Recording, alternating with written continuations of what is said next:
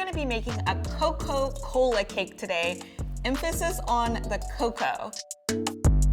So we're taking this traditional Southern cake that is normally really rich and chocolatey, and we're gonna be balancing it out with some of those warming spices that you normally find in Coca-Cola. We're also gonna bake it in a Bundt pan. So we're gonna have this beautiful festive Bundt that will be perfect for your holiday table. First, we're gonna make our cola syrup. So the reason we're making a cola syrup is we want that concentrated Coca-Cola flavor. And I'm also gonna add some sugar. Again, we're making a syrup. We want it to be really concentrated. So what I'm gonna do, because we're reducing this all the way down to 1 cup of syrup, I have a rubber spatula and I'm seeing where 3 cups is so that when it reduces all the way down to 1 cup, I'll know that it's about 1/3 up on my spatula from where it started. I'm gonna go ahead and remove this from the heat and stir in my lemon juice. I'm gonna pour this into my measuring cup, and I'm gonna measure 1/4 cup to set aside for my glaze. And the remaining 3/4 cups I'm gonna let cool slightly while I go ahead and prepare the rest of the cake.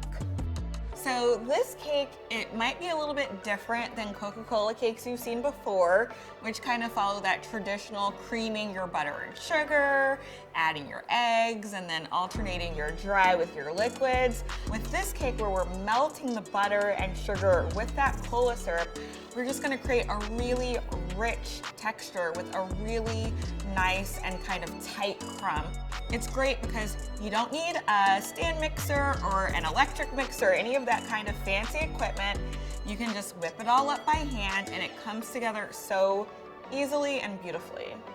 So I'm gonna take this off of the heat and set this aside because I want it to cool so when we add it to our liquid ingredients, which includes eggs, we don't end up scrambling the eggs with our syrup that's a little too warm. So we're gonna combine all of our dry ingredients, including all of those aromatic spices we talked about. I mean, smell your Coca-Cola. Like, what kind of spices are you getting? That's what we're trying to recreate with this. This recipe and it being on the cover of this month's Food and Wine, it feels full circle because I just remember, being in high school and running home to the mailbox and grabbing that glossy Food and Wine magazine and seeing the gorgeous cover and, just so excited to bake or cook whatever was on the cover. I just think about all of the other people checking their mailboxes and getting excited to bake this cake. And of course, it's not the holidays at my house unless my mom and I are in the kitchen baking together. And for the holidays, we always go through the food magazines and find the covers with the prettiest cakes, add that to our baking list, and we bake them. And it's just so special to spend that time in the kitchen with her. So all of this feels really full circle. I'm adding some orange zest and lemon zest because whenever I, drink a nice cold glass of cola, I get a really bright and refreshing taste. And when you're zesting any citrus, you want to just get the top layer because that's where all of that really flavorful zest is. If you push down too hard, you're going to get the white pith, which is really bitter. And before I add that cola syrup, I want to make sure that it's cooled down and isn't gonna scramble our eggs and mess up our texture of this wonderful cake. And once it looks pretty homogeneous, we can go ahead and fold it into our dry ingredients. By making a well in the center, we're just making it so that we are mixing it a little bit of flour at a time.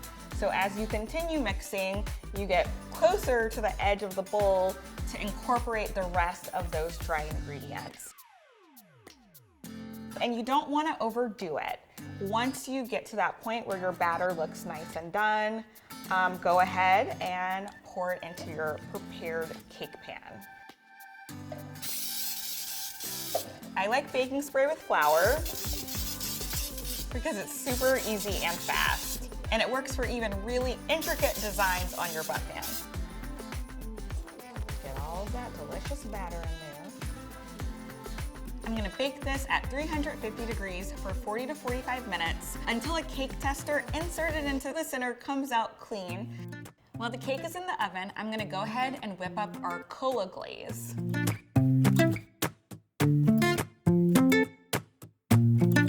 Glaze, it's very forgiving. So if for some reason you add a little too much milk, you can always add a little bit more powdered sugar, kind of bring it together. If you want your glaze a little bit looser, you can always add a little bit more milk. I'm loving the consistency of this right now because I do want a little bit of ooziness for it to ooze down the sides of my Bundt. And I'm just gonna go ahead, cover this, and set this aside until my cake finishes. So our beautiful Bundt cake is ready, and I'm gonna actually leave it in the pan on this wire rack for 15 minutes exactly, so that way the cake won't stick to the pan and we'll be able to remove it cleanly. It's been 15 minutes. I'm just gonna take an offset spatula and go around the rim of the pan to make sure that I am loosening the cake and all of the little nooks and crannies of whatever design your Bundt pan is. And don't forget the center of the Bundt. So I'm gonna invert it onto my cooling rack. So I'm gonna let this cool until it's room temperature. It's gonna take about an hour and a half because I don't want that warm cake melting our gorgeous glaze. So before I glaze my cake, I'm gonna loosen my glaze a little bit by just adding a little bit of milk.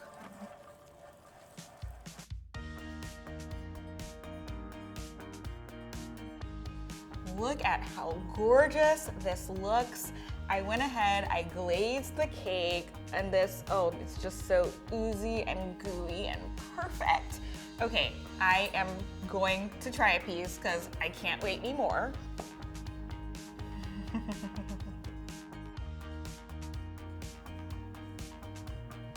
This is so good. I mean, the flavors that I associate with cola, they are in this cake and they're even stronger and brighter, and they're amplified, that bright citrus flavor and those warming spices like cinnamon and nutmeg and cloves. This is so, so, so good.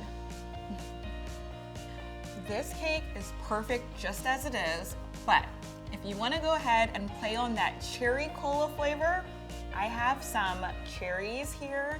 You can add that with a little bit of whipped cream, and oh my gosh, that would be so good.